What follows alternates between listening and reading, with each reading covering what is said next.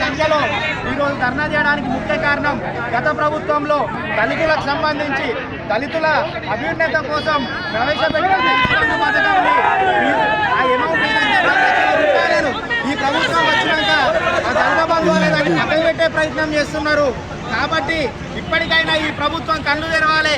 కళ్ళు తెరిచి మాకు ఎవరైతే గతంలో గ్రాంటింగ్ జరిగిందో గ్రాంటింగ్ జరిగి ఎవరి పేర్లు అయితే లబ్ధిదారులుగా కలెక్టర్ ఆఫీస్లో వాళ్ళందరికీ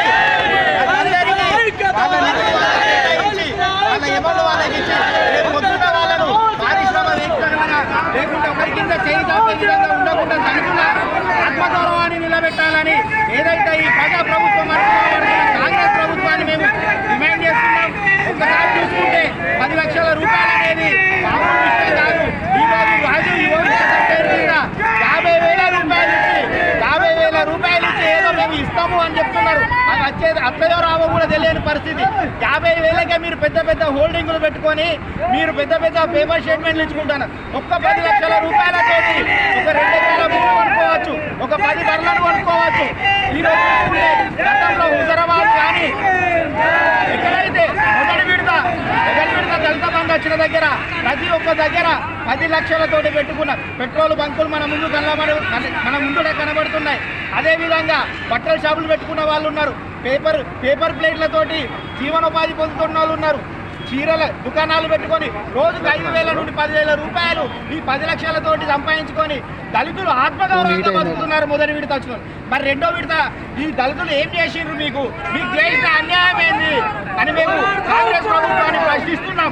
ఈరోజు దళిత పార్టీ మాది అని చెప్పేసి భారత రాజ్యాంగాన్ని చేతిలో పట్టుకొని అంబేద్కర్ ఫోటోను చేతిలో పట్టుకొని తిరుగుతున్న మీరు కొంచెమైనా మీకు మానవత్వం ఉంటే, కొంచెమైనా మీకు ఈ దళితుల మీద ప్రేమ ఉంటే, ఆ రాజ్యాంగం మీద ప్రేమ ఉంటే, ఆ రాజ్యాంగంలో పొందుపరిచిన అంబేద్కర్ పొందుపరిచిన ఏదైతే దళితుల ఆత్మగౌరవాన్ని నిలబెట్టాలి ప్రభుత్వాలని ఉన్న ఆ రాజ్యాంగాన్ని వెంటనే అమలు చేసి ఎవరైతే ఈయన ఐటీ మినిస్టర్ కాకుండా ఈ మేనిఫెస్టో కమిటీ చైర్మన్గా వివరించిన దుద్దిల్లా శ్రీధర్ బాబు గారి సొంత నియోజకవర్గం ఇది.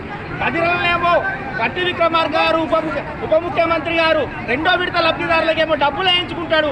మరి ఈ నియోజకవర్గంలో ఉన్న మినిస్టర్ గారు ఇప్పటికీ దళితులను చిన్న చూపు చూడడం ఏందని మేము ప్రశ్నిస్తున్నాం. అదేవిధంగా వాళ్ళు గత ప్రభుత్వం బీఆర్ఎస్ 10 లక్షలు ఇస్తే అంబేద్కర్ అభయాస్తం కింద మేము 14 లక్షల రూపాయలు ఇస్తామని చెప్పేసి నా దళిత సోదరులను మోసం చేసి ఓట్లు వేయించుకున్నారు. నా దళిత సోదరులు మేము నమ్మి ఓట్లు వేసిర్రు. మేము ఆ 14 లక్షలు కూడా ప్రతి ఒక్క దళితుడికి ఇవ్వాలని కోరుకుంటున్నాం.